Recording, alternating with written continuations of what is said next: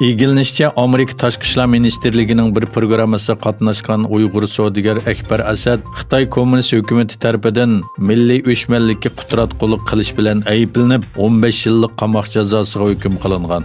Amerikada yashaydigan Rayhan Asad Amerika hukumatiga xat yozib, Sharqi Turkistondagi donliq to'rlardan biri 100 mingdan ortiq abonenti bor Bag'dodning qurg'uvchisi inisi Akbar Asadning 2016-yil 20 fevral va 15 mart orasida savdo va sayohat maqsadida Amerikaga kelganligini va Amerika davlat ishlari mahkamasi tomonidan uyushtirilgan xalqaro mehmon rahbarlarni tarbiyalash programmasiga qatnashganligini, uning yurtiga qaytib kelib 3 haftadan keyin kommunist hokimiyati tomonidan xohlagancha ayblash bilan qo'lga olinganligini bayon qilingan.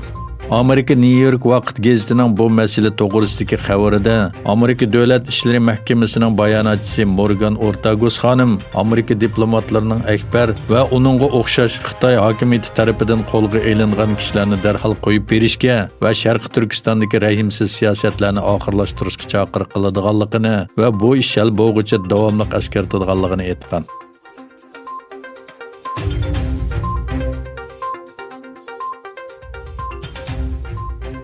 Xitoy Sharqi Turkistondagi yana bir tarixiy masjidni taqab muzeyga aylantirdi. Yaqinqi yillardan buyon Xitoyning har qaysi joylarida masjidlarni vayron qilayotganligi to'g'risida xabarlar tarqaldi. Sharqi Turkistonda bo'lsa ahvol eng og'ir. Aytilishicha, Xitoy doiralari yana bir tarixiy masjidni muzeyga aylantirib, Xitoy sayohatchilariga ichayotgan. Qashqarga joylashgan tarixiy Oppoqxo'ja masjidi Wuhan virusi yuqumidan ilgari taqalgan bo'lib, hozir sayohatchilarga ziyoratga ochilgan.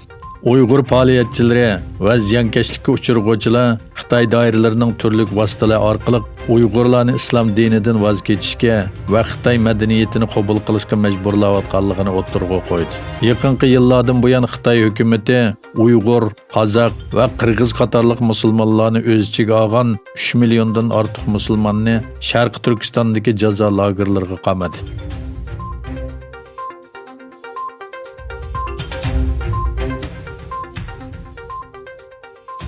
Xitoyning Amerikaga sağan bevosita mablag'i oldingi yildagiga selishtirganda 7,4% tuvallab 5 milliard dollarga tushib qoldi.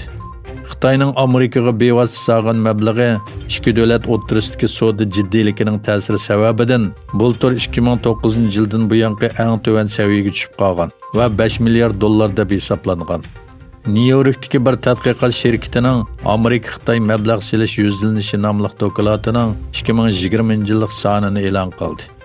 Dokladga qaraganda, Xitoyning Amerikaga sağan bevosita mablag'i 2019-yil oldingi yildagiga selishtirganda 7,4% tuvallab 5 milliard dollarga tushib, 2009-yildan buyongi eng tuvan saviyaga tushib qolgan.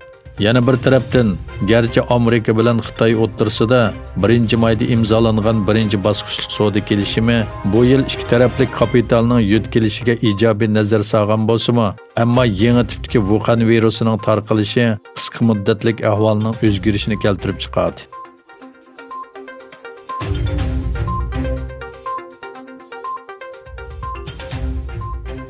Xitoy Moliya Ministerligi Amerikadan import qilingan 29 mahsulotga qo'shimcha tambojni beji elinmaydiganligini xabar qildi. Ministerlikning bayonotiga qaraganda, Amerikadan import qilingan ikkinchi turkumdagi 79 mahsulot ilgari bu davlat bilan bo'lgan savdo urush jarayonida qo'shilgan qo'shimcha tambojni beji qo'llanilmaydi ekan. Bu qaror bu yil 5-oyning 19-kunidan 2021-yil 5-oyning 18-kunigacha kuchga ega bo'ladi. Munosabatli mahsulotlar tizimligida oz uchraydigan elementlar, aeroplan radari, yerim o'tkazgich zapchaslari, davolash dezinfeksiya dorisi, qimmatli metallar, ximiyalik buyumlar va neft ximiyalik mahsulotlar bor bo'lsa-mu, ammo bu mahsulotlarning umumiy import miqdori va qimmati to'g'risidagi uchurlar ta'minlanmadi.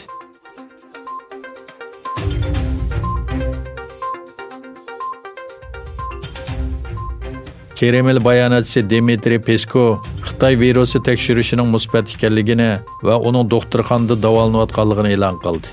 Peskov Xitoy virusini tekshirish natijasining musbat yoki emasligi to'g'risidagi savoliga shundoq: "Kasal bo'lib qoldim, davolanyapman" deb javob berdi. u yana davolashning doktorxonada ilib berilganligini aytdi. Egilinishcha, Peskov Rossiya rahbari Vladimir Putin bilan bir mezgildan buyon bevosita aloqalashmagan. Chunki Putin apreldan boshlab oldini olish uchun Moskvaning sirtidagi Novo-Ogaryevdagi uyida karantin qilingan.